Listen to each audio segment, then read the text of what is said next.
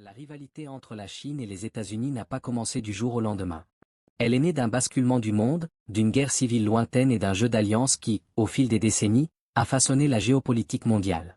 Tout commence en 1949, lorsque Mao Zedong proclame la République populaire de Chine après avoir vaincu les forces nationalistes de Chiang Kai-shek. Ce dernier, soutenu par Washington, se réfugie sur l'île de Taïwan, emportant avec lui l'espoir américain d'une Chine non communiste. Pour les États-Unis, c'est une défaite stratégique majeure. La guerre froide oppose déjà les Américains aux Soviétiques, et voilà qu'un autre géant tombe sous l'influence du marxisme. Très vite, les relations entre Washington et Pékin deviennent hostiles. L'affrontement ne tarde pas à devenir direct. En 1950, la guerre éclate en Corée. Le Nord, soutenu par l'URSS et la Chine, envahit le Sud, protégé par les Américains. Les troupes de l'ONU, menées par les États-Unis, repoussent les forces nord-coréennes jusqu'à la frontière chinoise. Pékin ne peut tolérer une telle menace et envoie des centaines de milliers de soldats à l'assaut des positions américaines. Pendant 3 ans, les combats sont acharnés. La guerre se termine sans vainqueur en 1953, mais le fossé entre la Chine et les États-Unis est désormais infranchissable. Washington durcit son embargo contre Pékin et s'emploie à contenir l'influence chinoise en Asie, en armant Taïwan et en multipliant les alliances stratégiques. Mais tandis que la guerre froide se cristallise en blocs bien définis, un changement imprévu se produit. La Chine et l'URSS, pourtant alliés idéologiquement, se déchirent. Mao Zedong, méfiant envers Moscou, critique le révisionnisme de Khrouchtchev et rompt avec le Kremlin dans les années 1960. Cette fissure dans le camp communiste intrigue les stratèges américains. Plutôt que d'affronter à la fois l'URSS et la Chine, Washington y voit une opportunité. C'est ainsi qu'en 1972, un événement autrefois inimaginable a lieu. Richard Nixon, président des États-Unis, se rend à Pékin. Les images de sa rencontre avec Mao Zedong font le tour du monde. Après plus de 20 ans d'hostilité, un dialogue s'amorce. La Chine et les États-Unis n'effacent pas leurs différends, mais ils trouvent un intérêt commun, contrer l'URSS.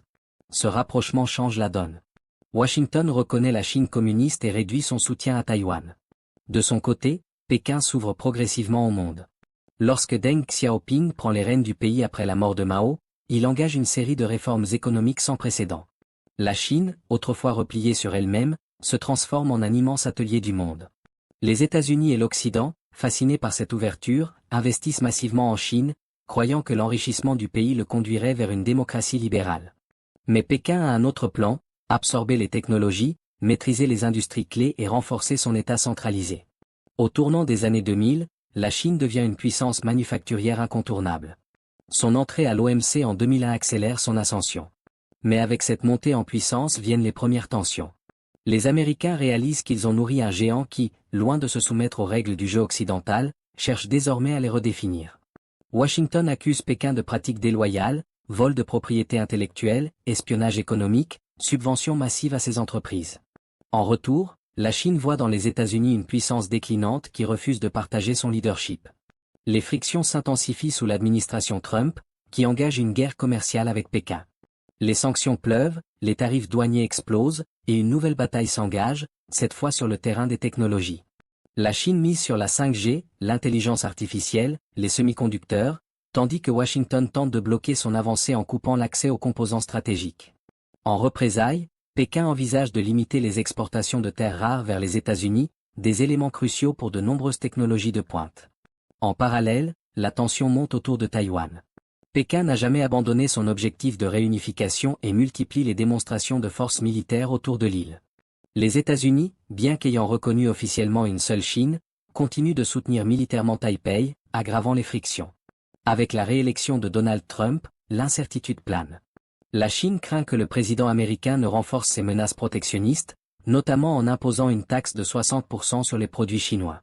Taïwan, de son côté, s'inquiète de devenir une simple monnaie d'échange dans les négociations entre Washington et Pékin, tout en espérant que les États-Unis maintiendront leur soutien stratégique face à la pression chinoise. Dans le même temps, la guerre économique prend une nouvelle tournure avec la récente décision chinoise d'imposer des droits de douane supplémentaires sur 21 milliards de dollars de produits agroalimentaires américains. Washington riposte en multipliant les sanctions, et Pékin, excédé, accuse ouvertement les États-Unis de terrorisme économique.